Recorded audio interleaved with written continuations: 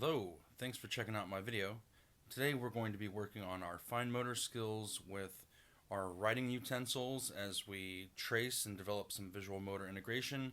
We'll also be developing our fine motor skills and visual motor integration with our scissors and with some coloring and with our glue stick as well.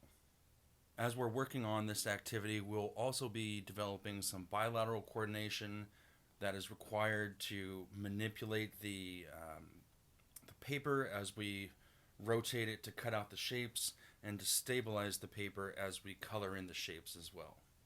Lastly, we'll be working on our visual perception skills and spatial orientation as we orient the pieces onto our paper to eventually make a winter landscape scene with a house, 4 different trees. I think we have 8 mountain ranges here, so 8 mountain peaks and a snowman.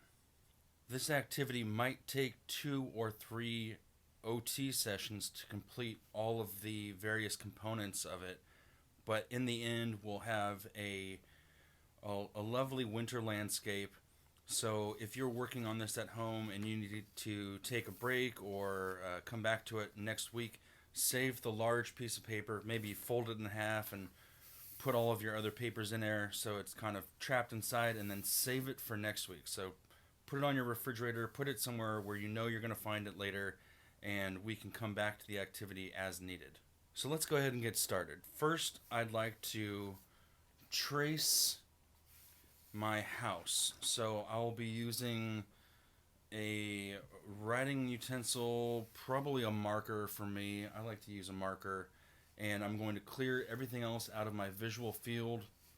I'm only going to be working on this.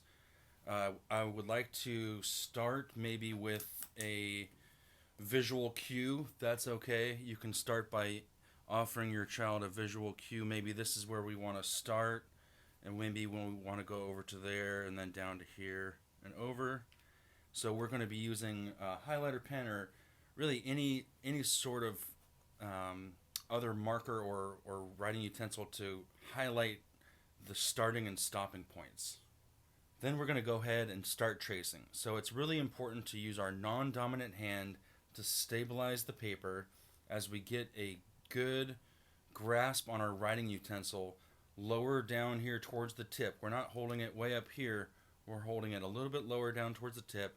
Maybe start by pinching and then locate your writing instrument, place it in between your fingers, and then we want to stabilize our forearm on the table, which will isolate our fine motor skills to complete the task. With some of the larger pen strokes, we won't be using our fine motor skills quite as much as with some of the smaller pen strokes, which will happen later, so let's not force the issue of the fine motor skill development if we don't have to. Let's really focus on the way that we're holding our writing instrument, holding down the paper, and using our visual motor integration skills to trace along this line. Now I'm going to go ahead and finish up the rest of this.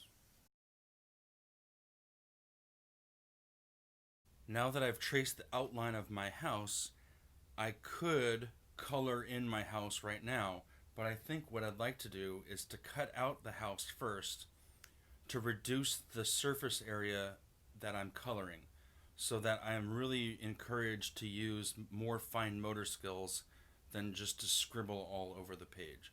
So I'm going to go ahead and cut this out. As we're cutting, it's really important to use your non-dominant hand as a helper hand to hold the paper upright. So we don't really want to hold it off to the side, or we can stabilize our arm if we hold it on the table, but really we're getting more accurate with a vertical snip with the scissors. So it's really important to hold the paper at the midline of your body, directly in the middle, to then use your scissor skills to snip along the line. Then we're using our non-dominant hand to rotate the paper to get a better grip and to continue the process.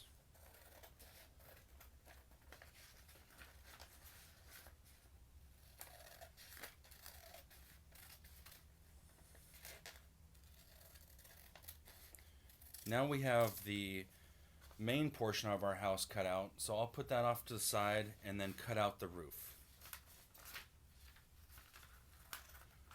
Again, we're holding our paper at the midline of our body. Our visual attention is right here in the middle. Our central vision is in full swing as we use our non-dominant hand to cut out the roof and to complete this portion of the activity.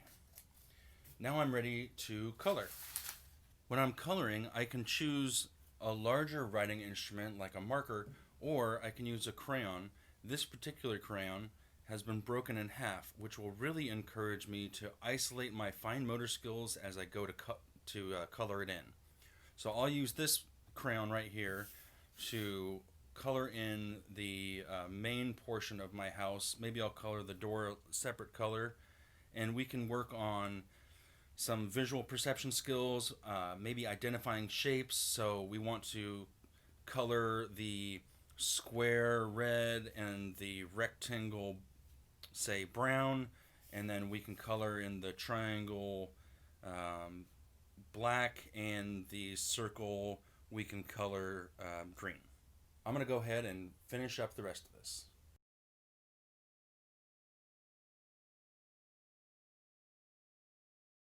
Now that I have my house colored in, I'm ready to glue it onto the paper.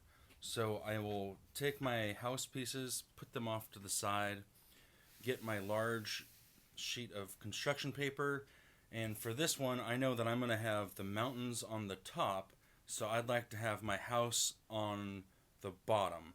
So I will use my glue stick to glue on my house, getting some good fine motor skills to take the cap off the glue, to twist up the glue stick from the bottom to stabilize our piece of paper here. We're really going to use some great bilateral coordination skills, and then we're just going to place some of the glue on the back of the house, and then we will put it down on our paper.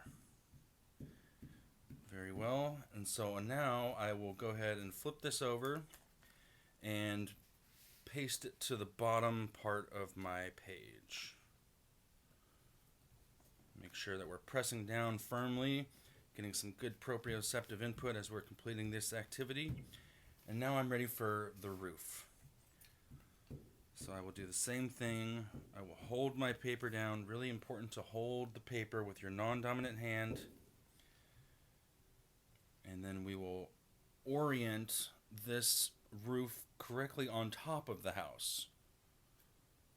And again, with proprioceptive input, we will be pushing down on each piece of paper until it's fastened onto our large construction paper. Now we're ready to move on to the second portion of this activity. So between these sections here, if you would like to take a break or you'd like to offer your student a break, now's a good time to do so before we get into some more complicated shapes. So for me, I think I'd like to save the circles for last and get those off to the side. And this tree shape, although it's using some triangles, maybe has a little bit of a smaller surface. So I think I'll save this for second to last. And I'll work on my mountain ranges, these triangle pieces here. So I will trace the mountain ranges much like I did my house by starting with a visual cue for our starting and stopping points all around my triangles here, so all around these mountain ranges. And then I will do the exact same thing. I will get my marker and trace along these lines here. I'm really developing some good fine motor skills, some great visual motor integration skills as I trace along this line to complete this portion of the activity. So now I'm going to go ahead and finish up the rest of these.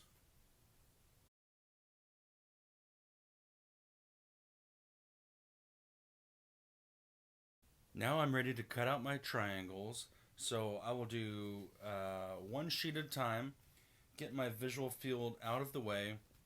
And what's going to be easiest for me, because I'm just using regular paper today, this is just regular printer paper.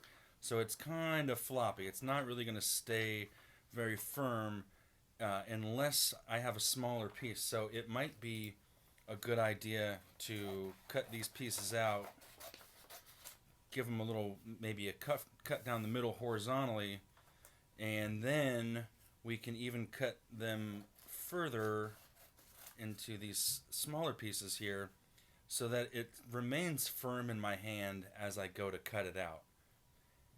So now I think I'm going to start just with the one here and cut along these lines. Maybe I can clear the rest of my visual field off to the side a little bit, holding my paper directly in front of me, cutting still vertically. I'm just rotating the paper and then I'm cutting along this line vertically. If your student requires a little bit of extra help while cutting, you can stabilize their arm for them on their forearm right here at the wrist. This stability provides an opportunity to really isolate their fine motor skills so that they're not having to worry about postural stability as they go to cut. So that's a really important sort of piece of information there, that if your child is not as accurate with scissors, make sure you provide stability at the wrist. Now I'm ready to cut out the rest of my shapes.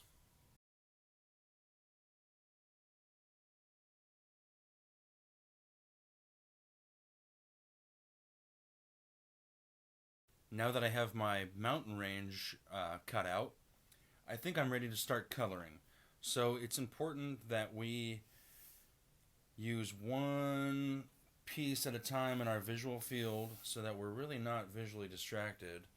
And we want to put the piece directly in our midline, right in the center of our body, and we'll be stabilizing it with our non-dominant hand, picking a writing utensil of your choice, and then coloring within our boundary here. So we're really kind of forced to acknowledge the spatial boundary here that we have. We're really not coloring outside of it, because if we do, then we're going to start kind of messing up the paper as we get back onto the paper here with our writing instrument. So we're really staying within the boundary here.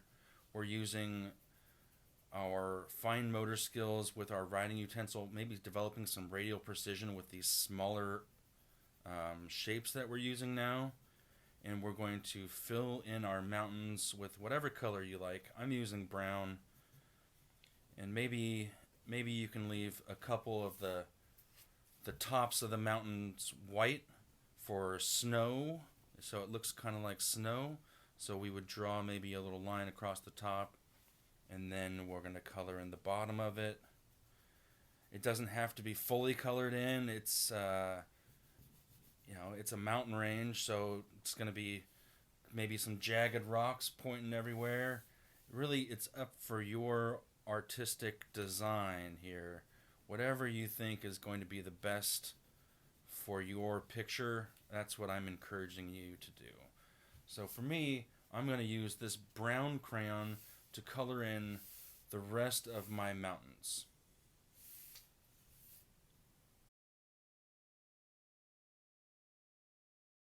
Now that I have my mountains colored, I'm ready to glue them onto the paper. So I will be placing my I will be placing the mountains on my non-dominant hand side, so that I will have to reach across the midline of my body with my dominant hand to retrieve the mountain, to then place it on top of our picture here, so that we can then glue them down one piece at a time.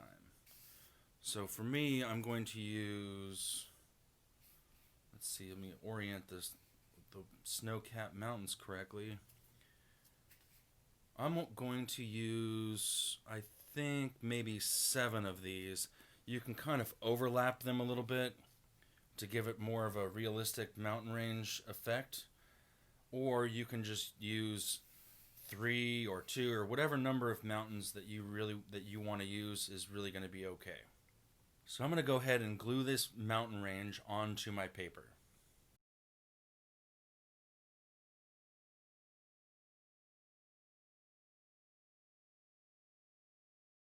Now that I have my mountain range glued onto my paper, this would be a natural break in the activity to go ahead and allow your child to go take a break of their own. So maybe go play outside or give them a chance to get up from the table to kind of help promote some self regulation. Maybe they go and play like a little sensory play activity or something that's just a break from this activity.